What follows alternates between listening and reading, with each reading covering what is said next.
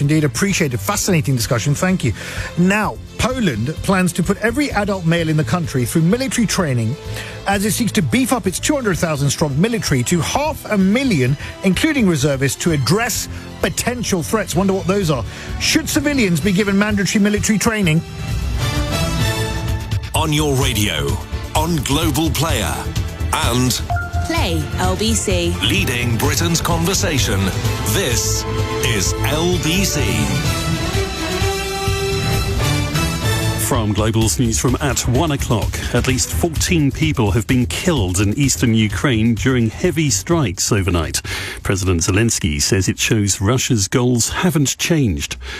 Donald Trump is urging both sides to talk after cutting off aid supplies and intelligence sharing. The former British Army infantry officer Nicholas Drummond has told LBC that President Trump appears to be pulling Russia away from China. Russia is a problem by itself, but Russia allied to China is a nightmare scenario for America. So in order to pull Russia away from China, Trump has to cozy up to Russia. And the price of that seems to be throwing Ukraine under a bus.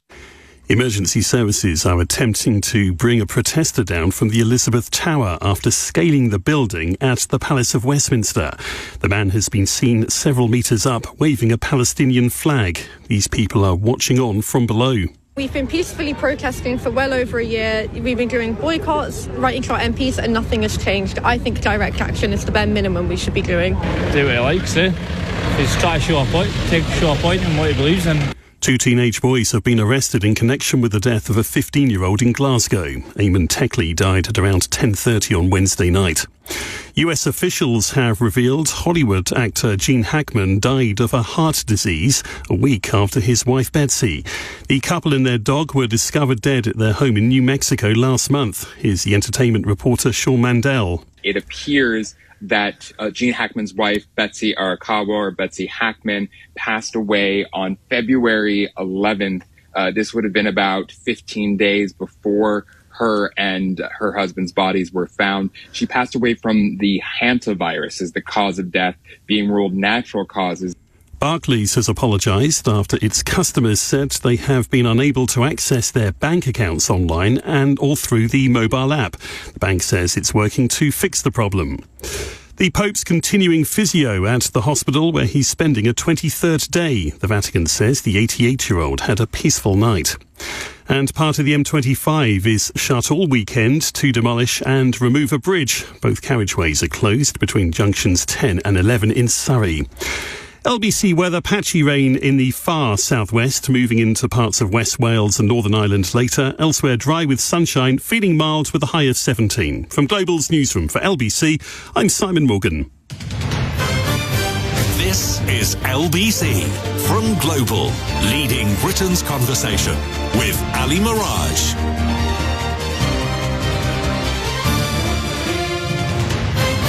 Ali Mirage on LBC, 3 minutes past 1. In this second hour, I want to talk about remilitarization, particularly military training for civilians, because it is being reported in The Guardian and in a number of other newspapers today that the Polish Prime Minister Donald Tusk has said that his government is working on a plan to prepare large-scale military training for every adult male in response to the changing security situation in Europe. Now, he said that there was a need for an army of 500,000, that's 500,000 soldiers, which would include reservists. Now, he said this, and I quote, "We will try to have a model ready by the end of this year so that every adult male in Poland is trained in the event of war, so that this reserve is really comparable and adequate to potential threats." He said this in a speech in the country's parliament on Friday. Last year, the Polish government said that the military encompassed about 200,000 soldiers and was to grow to 220,000, but they want to get to 500,000 as quickly as they can. And it's very interesting because it goes on to say this: security fears have grown far more dramatic in recent weeks. Well, yeah, you don't have to be that bright. You don't have to be Sherlock Holmes to work that one out. As Russia continues to pound Ukraine with missiles and drones, and Donald Trump has withdrawn military and intelligence support for Ukraine, whilst putting its commitments to NATO in question. And then Tusk said this: "Today we are talking about the need for 500,000 army in Poland." After his speech, he said to reporters he was not considering a return of universal military service, but rather a reserve system based on a model in Switzerland.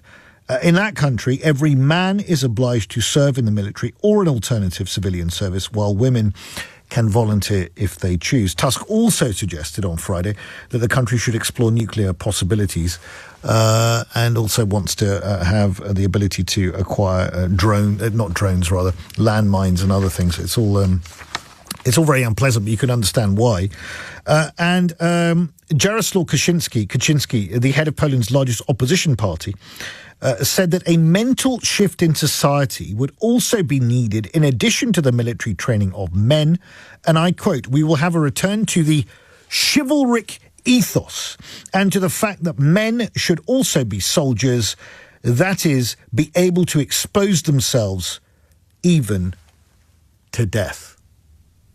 Pretty sobering stuff, but you could say that the Polish are actually understanding the magnitude of the moment. Now, just to throw into the mix one other element here, which is being reported in the Telegraph today. Trump considers pulling troops out of Germany. I mean, you have to take this with a bit of a pinch of salt because Donald Trump changes his mind every 24 hours. But I will tell you what it says.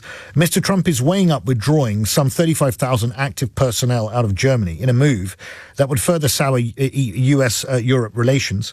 And it says that Trump is angry that they appear to be pushing for war. This is the Ukrainians and in Europe in general. And it understands that he's considering redeploying troops from Germany to Hungary, which has maintained a close relationship with Russia. Now, just bear that in mind when we're having this conversation, because if we haven't realised that the world has changed, look, either you believe the world has changed or not, right? Either you believe this is all overblown, this existential threat, or you don't, right? But even if you believe it's overblown, my principle is this. And it's a precautionary one, just like you buy insurance when your house gets flooded with sewage, as mine did. That's another story for another time.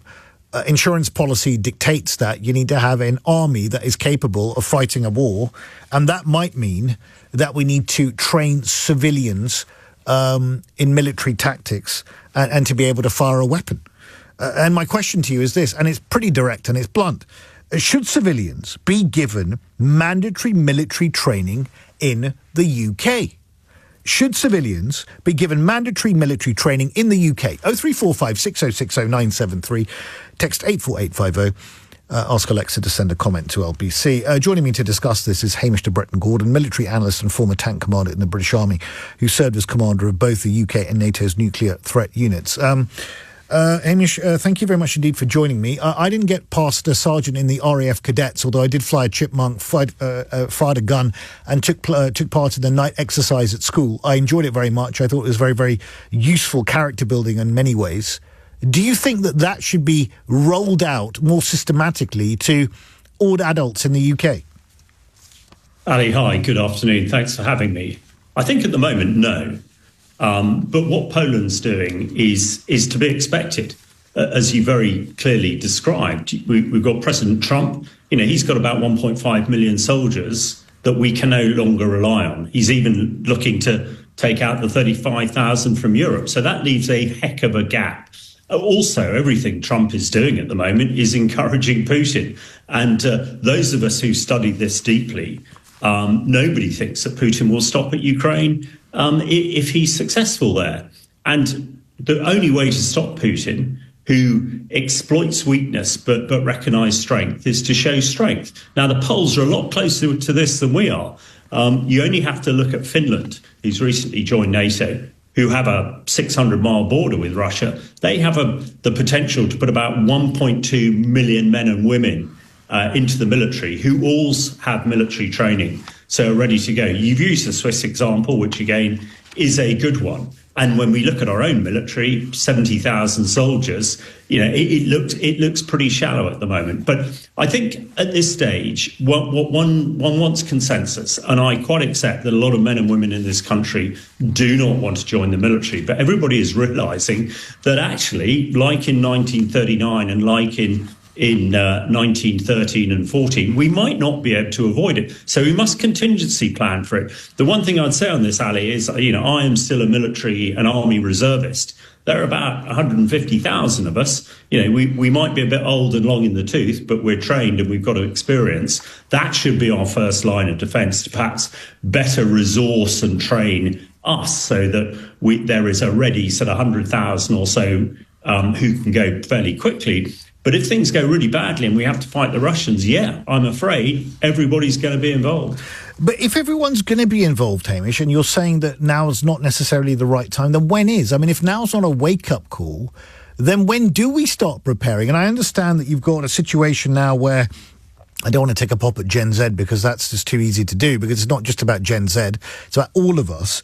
But according to a recent Times poll, only 11% would fight for Britain and 41% said there were no circumstances at all in which they would take up arms for their country. That's Gen Z for you. But there are other generations as well that surely have to step up here. Why should this be a controversial conversation, particularly given where we are now? Well, you make a good point there. I don't agree with that Times poll. I don't agree with Gen Z. My own son is just about to join the military. All the young boys and girls I know absolutely would fight for it. So it's a bit like the Yes Prime Minister sketch that some might remember about whether conscription's good or not. It depends what question that you ask. But this is the right time to have the discussion. This is the right time to have contingency plans. And everything we do, like increasing defence and the extra 800 billion euros that Europe's going to send, hopefully will be enough to hold Putin back.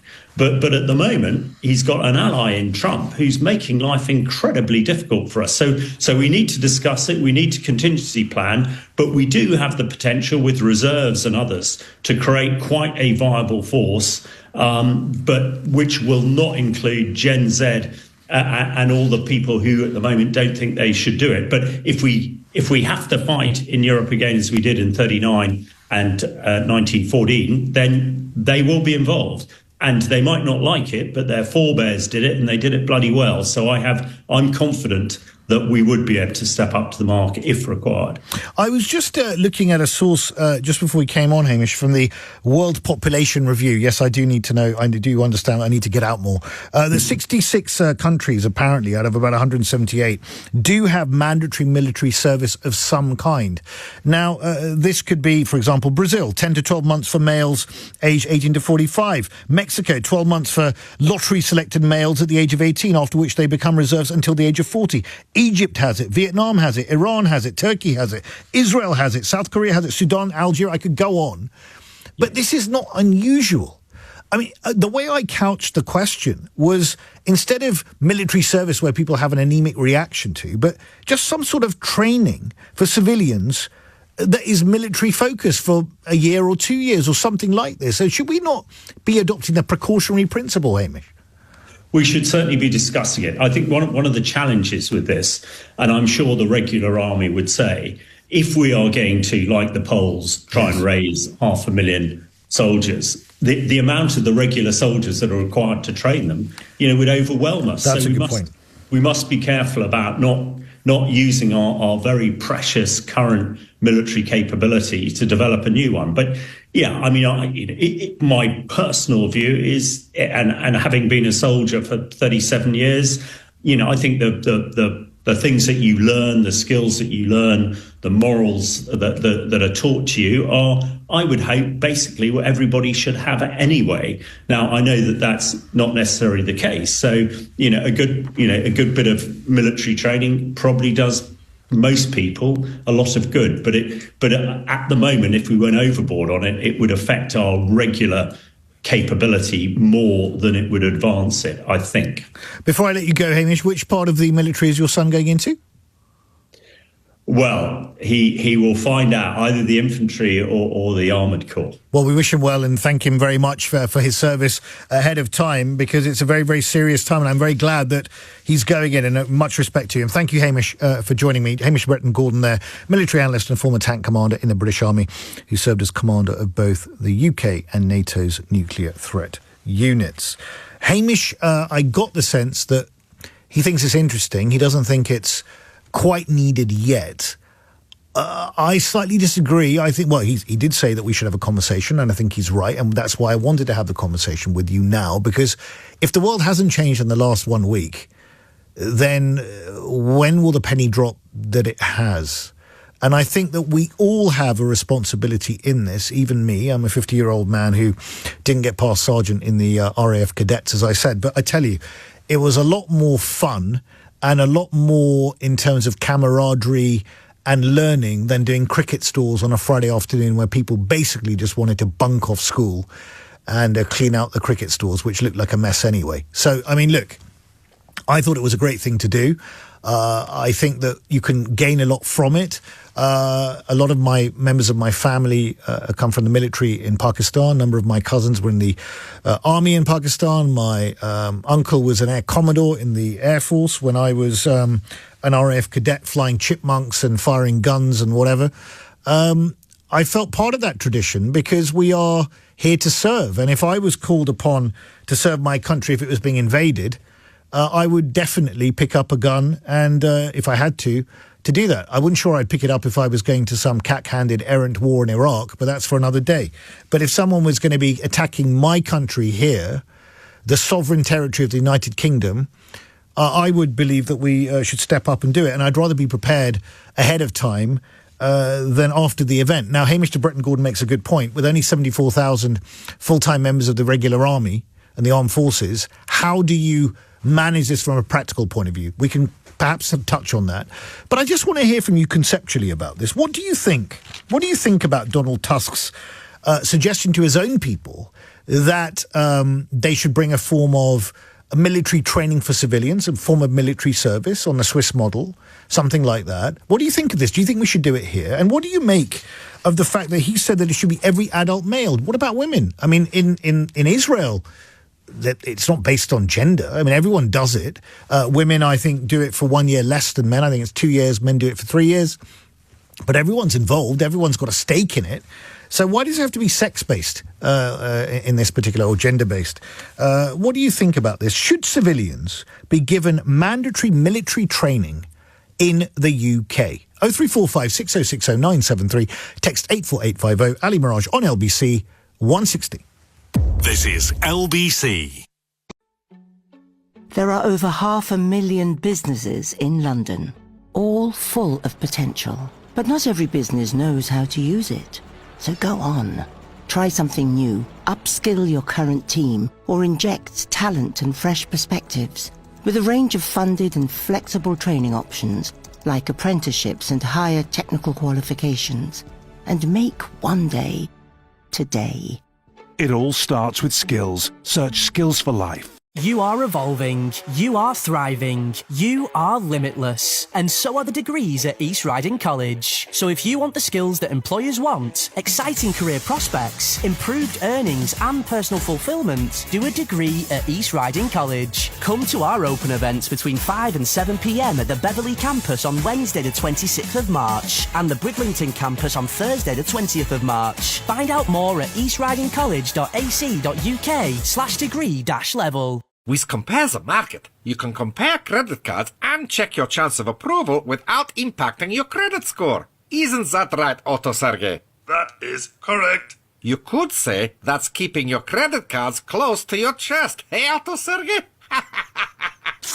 Humor receptors critically damaged. Oh. Compare our best deals on credit cards. Simples. Compare the Market Limited acts as a credit broker, not a lender. Credit is subject to status, UK residents and 18 plus only. You're right, mate. I can see you're building a home extension. Cool, fancy. But are you using Pratleys? Who? Pratleys Builders Beams. Those guys. Their steel beams are CE certified, so they're regulated and safe. Ah, okay. Thanks. Sorry, but who are you? Me? I'm Dapper, the guy who voices the radio adverts. Note it. Pratleys Builders Beams. Still got it. Ali Mirage on LBC. Call 0345 6060 973. Ali Mirage on LBC, it's 119. Should civilians be given mandatory military training in the UK? Poland's actually thinking about doing exactly that. Should we do it too? 0345 60973. Text 84850. Ask Alexa to send a comment to LBC. I want to hear from you on this. I want to hear from you if you think it's a good idea, if you think it's an absolutely outrageous idea. Why should you be asked to fight in any circumstances for your country? Or whether you think that we've reached a turning point, a wake-up call, a Zeitenwende, an epoch-changing moment, and we need to wake up and smell the coffee and learn how to use a gun. Should civilians be given mandatory military training in the UK? 0345 6060 973. Hugh in Battersea, afternoon. Ali, may I say, Wa salam alaikum, Ramadan Mubarak. Wa alaikum salam. Very kind of you. Thank you so much. Afwan. Ali, no, I don't think we need to, because it's already there in the shape of our reserves. Used to be called the Territorial Army. Yes. I helped set up the first UK veterans platform called We Served. Oh, yeah. There's a reason for this. There are currently 2.1 million veterans across the UK. 200,000 have left within the last 10 years and are all on the sort of go live list. Yep. And then, of course, there's sort of middle-aged, slightly older, waist a bit bigger, likes of myself, Jerry Pickers, Simon Brobidge, Terry Webb, Geordie Allison and the likes who I served with back in 1989, who would happily put on uniform and pick up arms again. Yes. Let me give you a couple of figures. 5.1 million in the UK, that's the veterans community. 2.1 million served in the armed forces. Yep. There are 39 million in the US, and there are 60 million globally, if you go by the World Veterans Association. The problem, however, the MOD doesn't know where any of them are. Why? Why? I'll tell you exactly why, and this is one of the reasons for setting up We Serve. Yeah. We have effectively, let's keep it simple, two personas. We have 20 to 40-year-old soldiers, sailors, airmen and women who come from certain generations. I don't care what you call them. Yes. And they live on TikTok, Instagram, and maybe just Facebook. But as my daughters who are 20 and 22 tell me, Facebook's for old people. That's okay. Yes. We've got, but old people like me, age 56, live on Facebook and LinkedIn. Yes. So at We Served, we have the two personas. Yeah. The 40 plus, the 20 plus. The problem is, when I went into a regimental association the other day, I kid you not, in London, they said, we know every single soldier who served with us up until 1945. But since then, we have no idea when they leave. I mean, and I said to them, do you have a Facebook page? I went, well, yes, but I don't know how to use it. And the problem is, and this is where at We Serve, we have two young guys on TikTok and Instagram, and we're getting 200,000 views. We know where they are. Well, we have to find these people. So, Hugh, based on what you're saying, if there are 2.1 million veterans, some could be a little bit overweight, like you said. I mean, I don't think I'm going to fit into my combats aged 18 when I was age 18 either, quite frankly.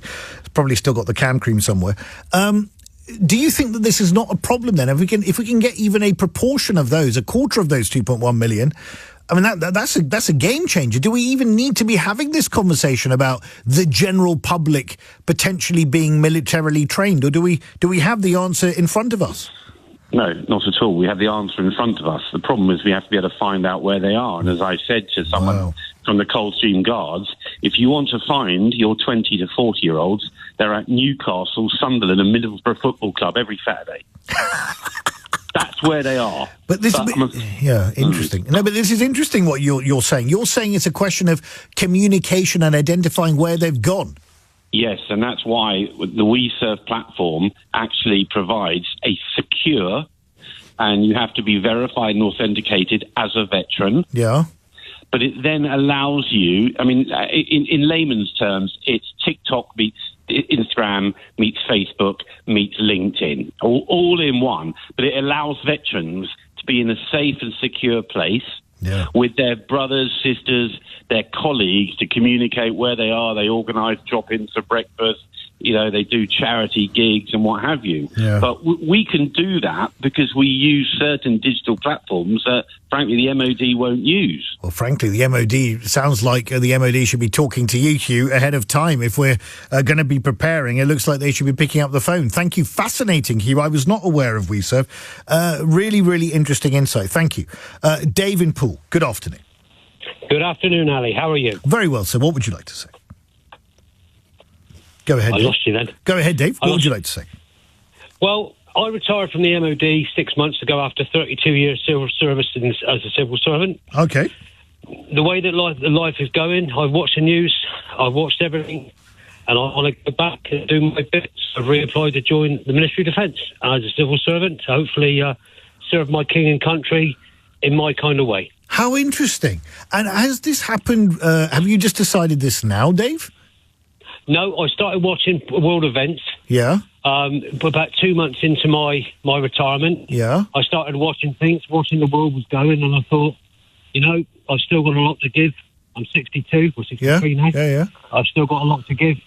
I've still got qualifications that hopefully will help serve my country and my king. Yeah. So I reapplied, and I've just been told I'm successful, so I'm now going through all the processes. So hopefully I'll be offered a job and a position, and I'm back where hopefully I belong. You're an inspiration to us. Why do you think, Dave, in your mind, this moment calls for you to step up and get off the sofa and back into the MOD? Why? Look at 1933 to 39. It's happening again. Study your history. Do you think that the general British public understand the magnitude of this moment? No. Whose fault's that? The media. The media or the government or all of us? The government, the media. Well, I can't say too much about the government, can I? I think the media, but I think people just don't care. People don't, won't happen here, Well, until it does. You see, the thing is, I'm not saying that, and I've always said this, I'm not saying that you'll have a Russian tank coming down Oxford Street. Probably highly unlikely. It might happen. Who knows? But you could have all sorts of other threats, which are unknown unknowns. Look at Salisbury. Yeah. Look at Salisbury. What happened there? True. Indeed. I guess Russia doesn't like to have dissidents on foreign soil. We know that. But my point is very simple. The precautionary principle dictates you don't know what the unknown unknowns are, so you better prepare for the worst case scenario. Dave, thank you. Exactly. I appreciate it. Really appreciate it, and more power to you. Simon in Basingstoke, good afternoon. Good afternoon, Ali. I mean, I think what the polls are planning to do is exactly what they should do. I don't think people are aware that when Russia invaded Ukraine, they literally opened the Ukrainian armories and said, anyone who wants to come and get a weapon, come and get a weapon. And to be honest, that was one of the major factors that slowed down the Russian invasion, apart from the fact that the Russian invasion, the Russians are outnumbered about 3-1. It's not appropriate for the UK. What the UK should be doing is, to be honest, what we did prior to World War II. We should be looking at our industrial base. We should be seeing what factories we can convert to weapons manufacture, and we should be preparing to defend the air and sea space around the UK. That's what we should be doing. And mass conscription has a price as well. If you look at the IDF, the Israeli Defense Forces, if you fully mobilize those, you cripple your economy. It's one of the reasons that the ceasefire with Hamas was inevitable, because the Israelis could not maintain the military forces that they had and a functioning economy. And we need to have a functioning economy first to provide the weapons to fight a war. But Simon, I understand in a hot war, in an active war, I understand the pressures that puts on the economy. Some say the economy can actually be boosted by that. Indeed, Russia's entire economy is on a war footing. But if you look at the Israelis, they do systematically, as a matter of course, make their people go through 2 or 3 years of military service and then go and do civilian jobs and all the rest of it, because they regard themselves as having an existential threat. Do you think that we are just not in the right mindset, that we don't think that the threat is potent enough or focused enough, or what? Why do you not think it's appropriate here? It's not appropriate because we're an island state, that if we're going to fight a war, we first have to secure the supply lines to this country. We're not a continental power where, to be honest, the Russians could, be in a position to march on Poland within, 36 hours. Yes, true. So Poland needs a massive army. We do not need a massive army. We should go back to what our pre-World War I history, which is, the British Army is a projectile fired by the Royal Navy. Because if we take a different approach, there's a limited amount of money, and we won't be able to protect the infrastructure in this country. But Simon, I was going to ask you, Poland, you're absolutely right, it's in the front line of all of this, and there's a very interesting piece by Oliver Moody in the Times today, How to Prepare for Putin. Heed our friends in the Baltics. He said, if Western Europe can no longer rely on the transatlantic alliance, it should look east to those states on the front line with Russia. They have long been amongst our best allies, and it's high time we listen to them closely. If Poland were to be invaded, it's a NATO country under Article 5. Why shouldn't ordinary folk in this country, if it came to it, be required to go and fight? I think that's the question, and I think, again, I believe I said this to you before. Is that in our national interest? Well, that's an interesting point. Consider when we sent the British Army in World War I. We had the British Regular Army was in many ways one of the most effective armies on the battlefield. After about 6 months, it was virtually destroyed.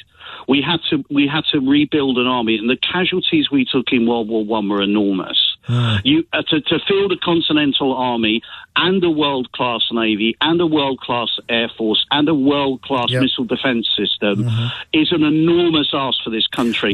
And I would say it's not the best thing for us to do. OK, Simon, thank you. Really interesting discussion so far. David says this, get over yourself, old boy. You're not Lord Kitchener or Lord Haig. Are you going to send the public to jail if they refuse to fight or join up? It's not 1914 or 18 or 1939 or 45. There will be a nuclear war next time around, and that will be the war to stop all wars. Get real, Ali. That's Alan in Belfast. Oh, well, that's all right. Then we can all go to bed tonight happy in the notion that there's going to be a nuclear war. Wonderful. And do absolutely zilch about preparation for defending ourselves. Thank you very much indeed for that, Alan. Should civilians be given mandatory military training in the UK as they are going to be in Poland? 0345 6060 973. Text 84850 to 131. The news headlines now with Simon Morgan. Overnight drone and missile attacks have killed 14 people and injured at least 37 in eastern Ukraine. President Zelensky says it proves Russia's goals haven't changed. Emergency services are attempting to bring a protester down from the Elizabeth Tower after scaling the building at the Palace of Westminster.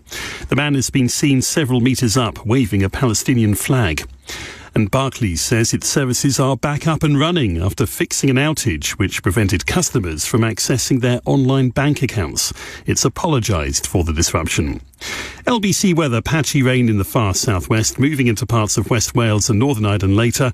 Elsewhere, dry with sunshine and feeling mild with a high of 17. This is LBC. Have you ever wondered what a sandwich sounds like? Not much to it, is there? Unless, of course, it's a Walker's sandwich. That is good. Now that's what a sarnie should sound like. Go all crisp in with Walker's. Delicious. As Helen opened her Amazon parcel, her stomach filled with butterflies, rapid air technology, and a grill mode feature. This air fryer tickled Helen's taste buds for a price lower than she'd ever imagined. 5 stars from Helen. Amazon. Find highly rated products at prices you'll love. For some things in life, less is more. But when it comes to choosing an ISA, all you really want is more. With Aldermore, that's exactly what you'll get. More access, great competitive rates, which means more control of your own money. Aldermore is an award-winning bank, trusted by more than 500,000 savers, and rated excellent by 9 out of 10 on Trustpilot. Discover the bank that likes to give more. Visit aldermore.co.uk. T's and C's apply. Aldermore is authorised by the Prudential Regulation Authority and regulated by the Financial Conduct Authority. You probably didn't know my dad, Robert. But when he was alive, he made a will and left a gift to Macmillan Cancer Support. It means that in many ways, he still lives on. The advisor, helping a patient get a grant to pay their energy bills. Dad made that happen. The nurse, advising a mastectomy patient on what to wear to her son's wedding. That was also because of him. Almost a third of Macmillan's vital services are funded by gifts and wills from people just like my dad and you. So search Macmillan Legacy today and help them do whatever it takes. There are some things you expect when you're over 50. Not liking all the latest music. Not understanding teenagers. No cap, he's got riz. One thing you might not expect is how much you like Saga holidays. Because Saga goes beyond your expectations, taking care of the details that matter to you and creating the perfect travel experience every time. Book your holiday your way. Saga, the best holiday you've never taken. At all protected. Lidl's massive garden event is back. Get yours looking fresh and guest ready with garden hand tools for $1.99. An electric chainsaw for $59.99. And a pressure washer for £119. Plus more deals to dig into. Now that's big on quality and always Lidl on price. Subject to availability, selected stores, GB only. This is LBC with Ali Mirage. Call 0345 6060 973. Text 84850. Alexa, send a comment to LBC. Ali Mirage on LBC 135. Poland plans military training for every adult male amidst growing European security fears. My question on the back of it, this is Tusk, Donald Tusk, the Polish Prime Minister, wanting to increase the standing army from 200,000 up to half a million. He wants to train civilians in military training. What do you think about this? Should civilians be given mandatory military training in the UK? 0345 6060 973, text 84850. Brian says this, Ali, Poland would double their potential troop by the full inclusion of females. That's a change in thinking. It's interesting because one of the, I think it was the Polish opposition leader, Jarosław Kaczynski, who said that we will have to return to the chivalric ethos and to the fact that men should also be soldiers. And Jaro says if conscription comes, the rich won't be involved. They will leave the country. If we can't get them to pay their taxes, there's no chance we'll get them to fight for the country. Should civilians be given mandatory military training in the UK? 0345 6060 973. Mansuk in Stanmore, good afternoon. Good afternoon, Ali. Ali, I'm a trustee at the temple in Sri Jalaram in Greenford. We spoke 2 weeks ago. Yes, I remember that. You're telling me about samosas. That's right. Yes, I'm waiting for you to come. Ali, you know, we feed quite a percentage of ex-soldiers at Charing Cross on Fridays.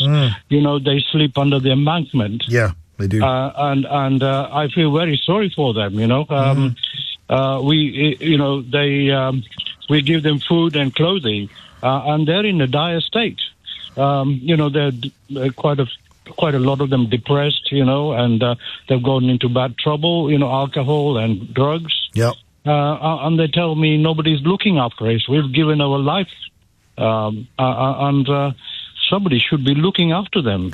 So on that basis, Mansuk, if we can't look after our retired veterans from the army of 75,000 or so, how can we then ask ordinary folk like you and me to then come and be military trained? Is that the argument?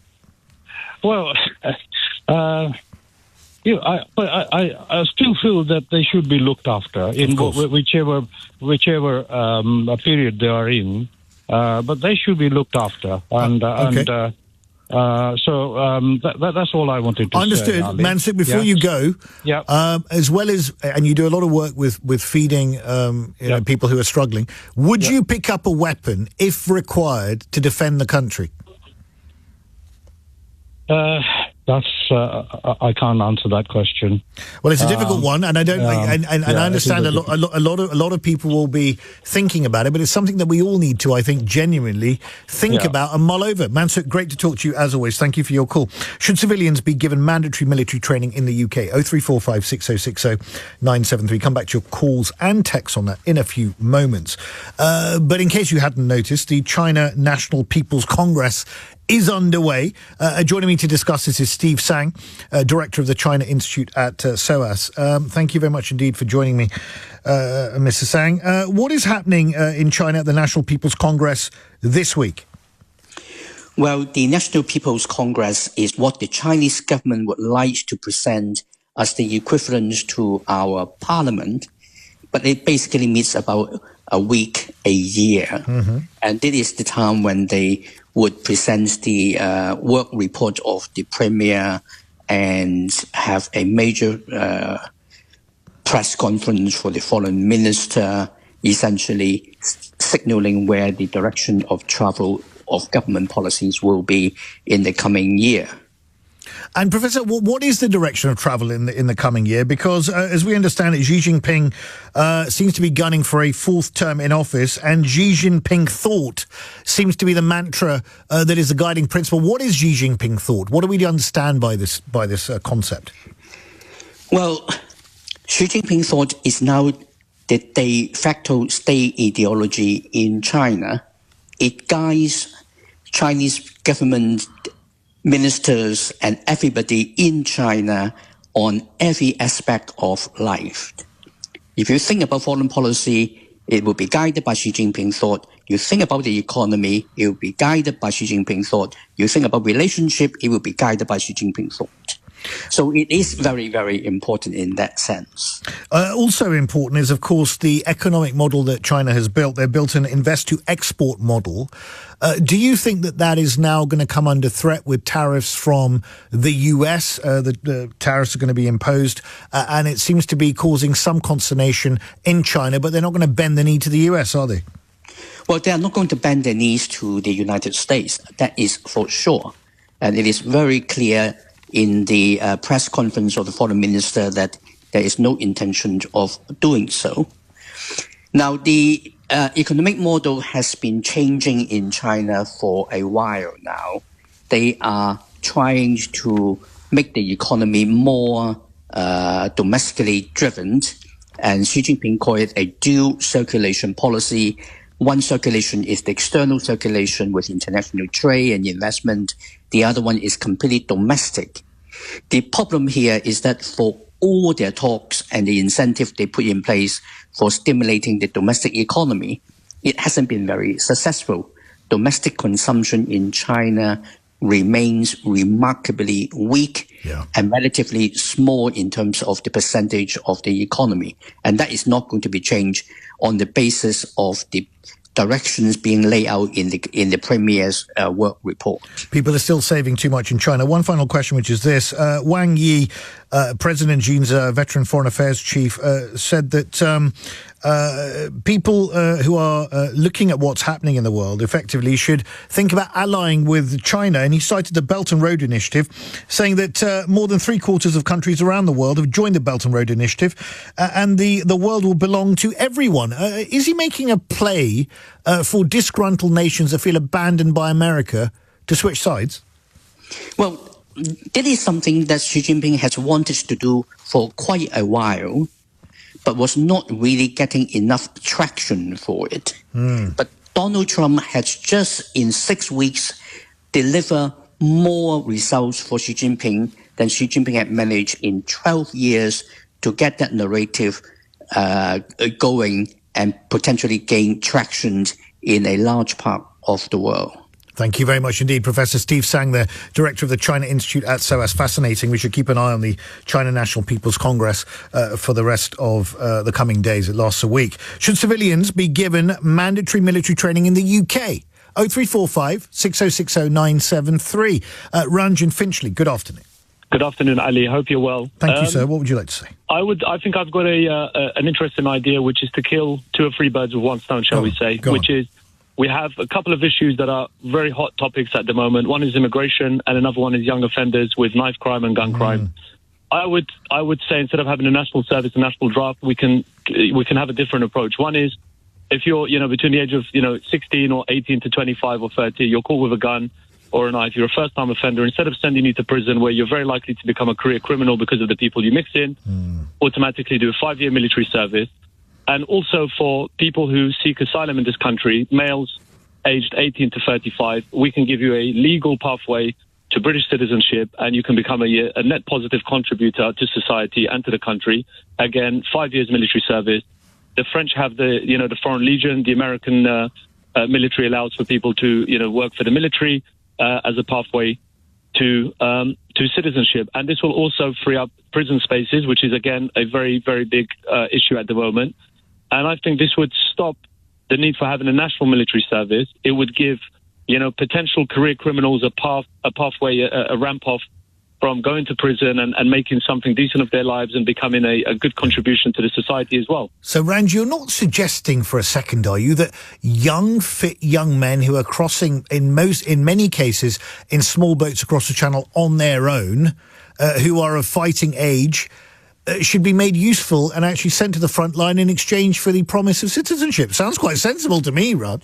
Why not? The French have a very successful foreign legion system. And again, with the young offenders, why send a 18-year-old one-time offender who's probably done something stupid to impress his friends or wrong place at the wrong time, but go into prison, it's very likely he's going to become a career criminal. Give him an off-ramp. But it's going to have the Guardianistas crying into their cornflakes, Ranj.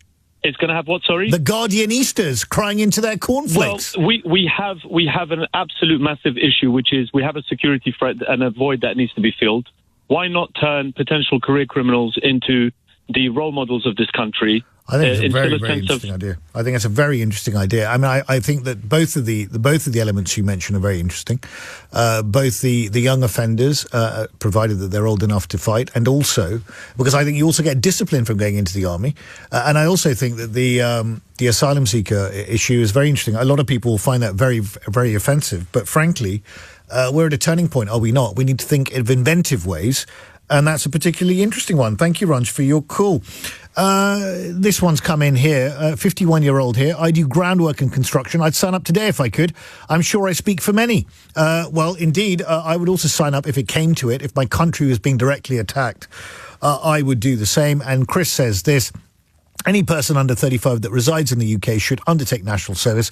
If you choose to live in Britain, then you contribute to her defensive. That's Chris in Norfolk. Thank you. Should civilians be given mandatory military training in the UK? Poland is doing exactly this. It wants to beef up its military capacity from 200,000 to 500,000. We need to be thinking, do we not, about the fact that we've reached a turning point. The world has changed.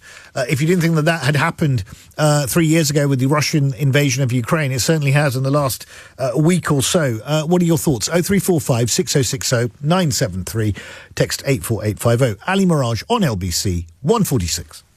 This is LBC. Don't miss the Hillary's up to half price sale. That's up to half price on an amazing range of blinds, curtains and shutters. And right now, get £50 off your electric blind order, an easy and convenient way to control your blinds with the touch of a button. But be quick, these incredible savings must end 10th of March. Don't miss out. Transform your home for less. Visit hillarys.co.uk to book your free in-home appointment today. Hurry, Hillary's up to half price sale ends 10th of March. Conditions apply.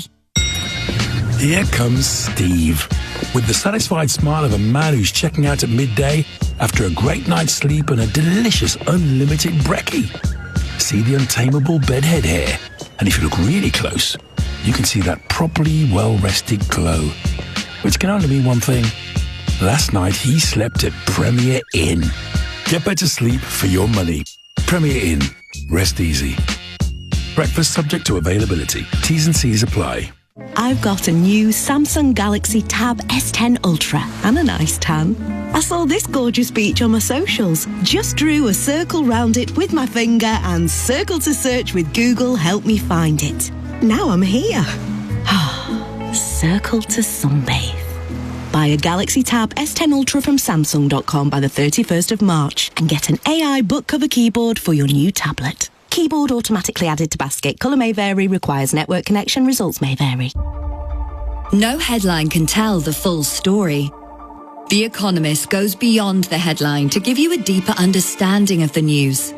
For over 180 years, The Economist has been covering the stories others miss, explaining how events in one corner of the globe can tip markets, shift power, and shape culture in another. As political changes ripple across continents faster than a morning coffee brews, The Economist connects the dots through fact-checked reporting and independent analysis. With journalists from Washington to Shanghai, The Economist delivers clarity across politics, business, science, and culture, so you can navigate the world with confidence. Explore expertly curated articles, insightful podcasts, exclusive subscriber events and more, keeping you informed, critical and ahead. Search The Economist and make sense of the world around you. Ali Mirage on LBC. Call 0345 6060 973. Ali Mirage on LBC 149. Poland plans military training for every adult male amidst growing European security fears. Donald Tusk wants to massively ramp up military training for ordinary folk. They want to increase the size of the army from 200,000 to 500,000, including reservists who can be called up at any time. My question to you is this: should civilians be given mandatory military training in the UK? 0345 6060 973. If you think this is unusual, over 60 countries in the world do it, so it's not. What's unusual is probably the fact that we don't do it. Michael says this: Ali, do you mean the whole of the UK? Because good luck getting me to fight for a British army when the British Empire stole my land, killed my people and outlawed my language. Michael in Northern Ireland. Michael, maybe you can go down the conscientious objector route like the ultra-Orthodox Jews in Israel who have a carve-out which causes some tension there amongst people who actually have to serve. We could see. Maybe there will be a carve-out for you, Michael. Thank you for your text. If you want to get involved, 0345 6060 973. Louis, a first-time caller in Carshalton. Warm welcome. Good afternoon. Afternoon. So I would just like to mention, because I heard you said earlier something about like the CCF. Yeah. I was part of the Combined CCF Cadet Force. Yeah. At my school, exactly. And I think that was a great idea, and I was very grateful that my school offered it. So I think rolling out more initiatives like that across the country in secondary schools is not a bad idea. Yeah. So best of both worlds. It's not national service and you're sort of forced, but for people, there is an option. And if they want to do it, they can. And I can tell you now, I had great fun when we went to some training barracks and took part in activities like air rifle shooting and some other bits. Yeah. It was really fun. It was, as you said before, doing that on a Friday afternoon instead of cricket or something. Exactly. That's what the bunk. How old are you, Louis? 20. Yeah, so what did it give you doing Combined Cadet Forces? So which force were you in, by the way? Oh, that was the Army, not the RAF. Well, we always beat you at drill. I was in the RAF, and we always thrashed you at drill in the biennial general inspection. So there. Louis, what did it give you? So I think, first of all, it was a good opportunity to mix with girls because my school was all boys. Right. So if you want to look at it from that perspective, that was quite good. Yeah. But also, and then again, meeting new people and trying to improve your, I don't know, to forge new relationships with people and friends and something like that. A more personal element. Yeah. Problem solving. I suppose discipline. I remember it was quite early morning sometimes. So at a young age, instilling those values is not a bad thing. It will help many people. And I think that exposure, just giving people, maybe people who don't necessarily know what path they would like to take next, if they get a flavour of it at a young age, then they might think once they finish school, if they want to go down that path, they can. They know what it entails. Louis, I agree that there should be much more provision of this. I'm a member of a city livery company, and we have affiliations with military cadet forces, and we support them because we think it's very, very important. We also are going to be signing the Armed Forces Covenant coming up in the next couple of weeks, and I'll be very delighted to be at that ceremony. But when you have a seismic shift in the geopolitical landscape that we have now, do you think this is too important for this to be an optional thing that people can choose to do? Do you not think that we need some sort of level of mandatory service here so that everyone in this country, be it male or female, knows how to fire a gun? I see what you're saying. I think, as a caller earlier said, Poland, Russia could decide to, I don't know, invade them within 36 hours or something. Yep. We're a little further away. We have some time. So I think maybe small steps, if you roll it out across the country, because I don't think many schools offer CCF. Yeah. And then maybe slowly, if people see it gains, when I say people like the MOD or something, see it gains some traction or something, then they can, I don't know, maybe implement it in such a way that it's compulsory for people. I don't know, but just, it's early days, I think. So small steps, and then if people join voluntarily, then I think then they feel like they're not forced, so they might be willing to join it after. I don't know. Whereas if something's forced upon them, then human instinct just to refuse it. Whereas if they have that option, then hopefully, fingers crossed, they might want to pursue it by themselves. Do you find it offensive that, according to the Times survey a couple of weeks ago, only 11% of your generation would fight for Britain? I mean, you're not in that category because you've joined the CCF. Do you understand what that statistic? Do you think it's accurate? What's your sense amongst your peers? Oh no, wait, correction. I'm no longer part of it. It was just like a thing at school. I understood, but you went into it. Do you go into it. Yeah. Do you think? Do you get the sense that amongst your peer group, amongst your age group, this is something that people are thinking about, conversing on? When that 11%. I'm not surprised by it. If I may say so myself, as a young person, I think there's no drive like there used to be. And I don't necessarily know how you would create that drive. Well, I think not going into cack-handed wars like the ones in Iraq would be a start, because I think the covenant of trust breaks down there, and that's just one of the issues. Louis, really enjoyed it. Thank you very much indeed for your call. Do call again soon. Helen, another new caller in Hockley in Essex. Warm welcome to you, Helen. Afternoon. Hello. What would you like to say? I've been worried about the way the world's changing recently, and as a female, I'm thinking, what if we got invaded one day? Yeah. I would have no idea how to defend myself apart from throwing something at somebody. I tried to find out how can I learn to shoot a handgun rather than a shotgun. How interesting. And it's very, very difficult to... I think there are ways to do it, and I haven't tried very hard, I have to say, but I did think, if the country armed me like they did in Ukraine, I would have no idea what to do. So I think it's a really good idea.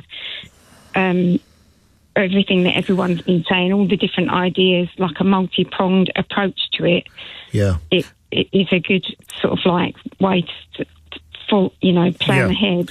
Ellen, what do you make of one of my earlier callers, Simon, and also Louis was hinting at this, that, look, we understand why Poland wants to do this because they are really in the front line. I mean, they're just hours away, potentially, from being invaded by Russia if it came to that. We're not.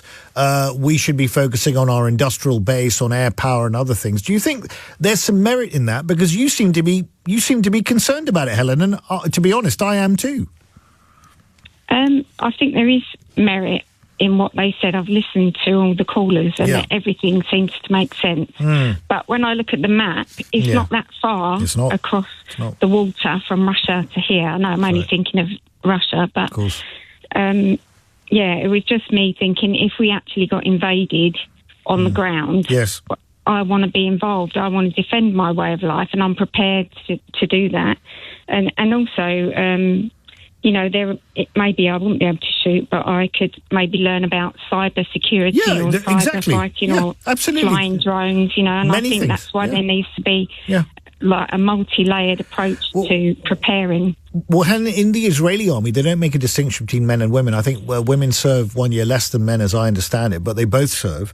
When you hear Jaroslaw Kaczynski, the head of Poland's largest opposition party, saying we need a mental shift, we have to return to the chivalric ethos, and Donald Tusk is saying that basically war is still largely a man's preserve, do you find that a little bit one-sided? Because, I mean, you're prepared to go and do your bit, and I think that everyone should. We should all muck in, shouldn't we?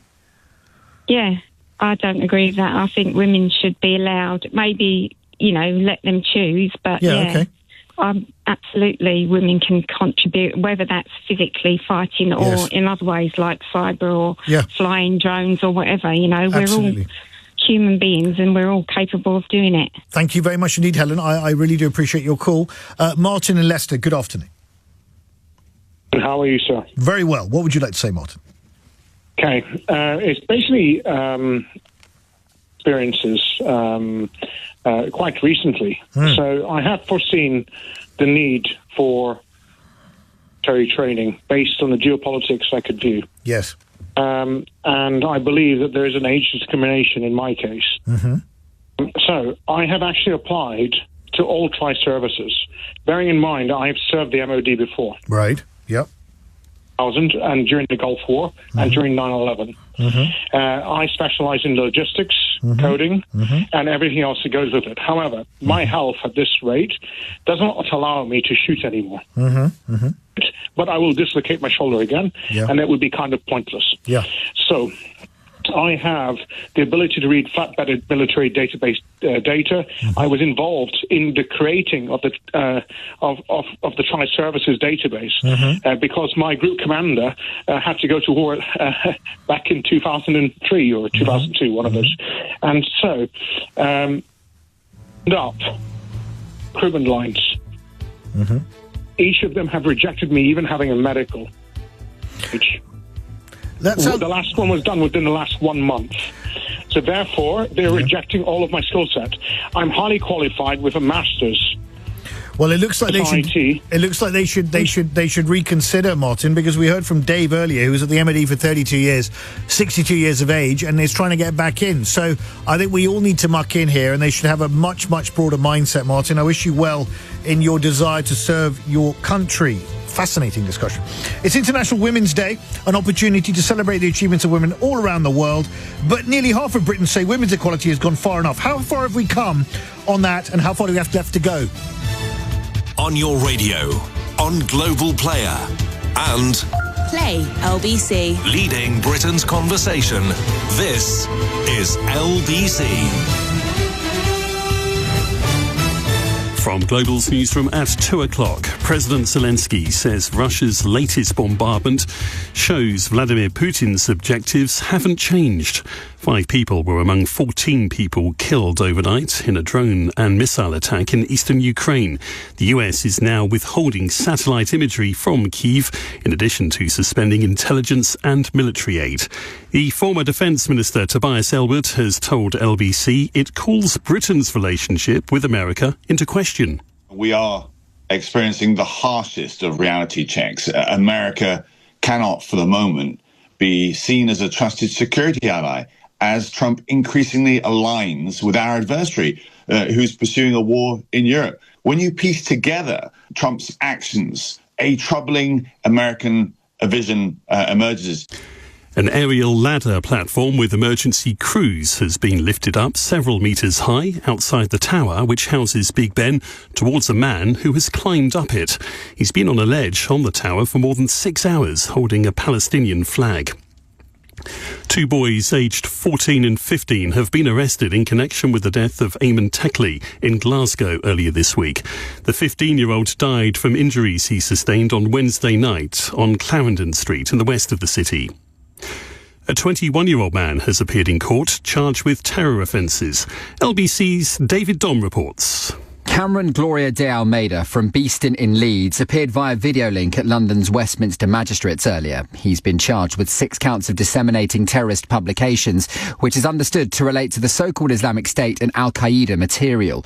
He's also charged with 1 count of possessing a document containing information of a kind likely to be useful to a person committing or preparing an act of terrorism. The hearing for all charges was adjourned until March the 14th, when he will appear in custody at the same court. It looks like people in Brisbane will miss the worst of a tropical storm. Cyclone Alfred's been downgraded before it made landfall. Nonetheless, around 250,000 people are without electricity on Australia's east coast. 1 man's died in floodwater in New South Wales. The state's Premier, Chris Minns, says there are still risks. This emergency is not over, and it's not over for the following reasons. The rivers are full. The rain is continuing and expected to keep falling in the days ahead. And Barclays says its services are back up and running after fixing an outage which prevented customers from accessing their online bank accounts. It's apologised for the disruption. LBC weather, patchy rain in the far southwest, moving into parts of West Wales and Northern Ireland later.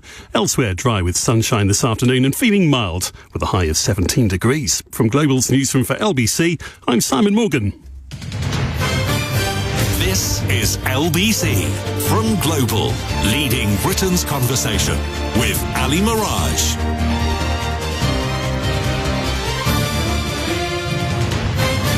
Ali Mirage on LBC. It's 3 minutes past 2. It's International Women's Day, and as I said right at the start of my show,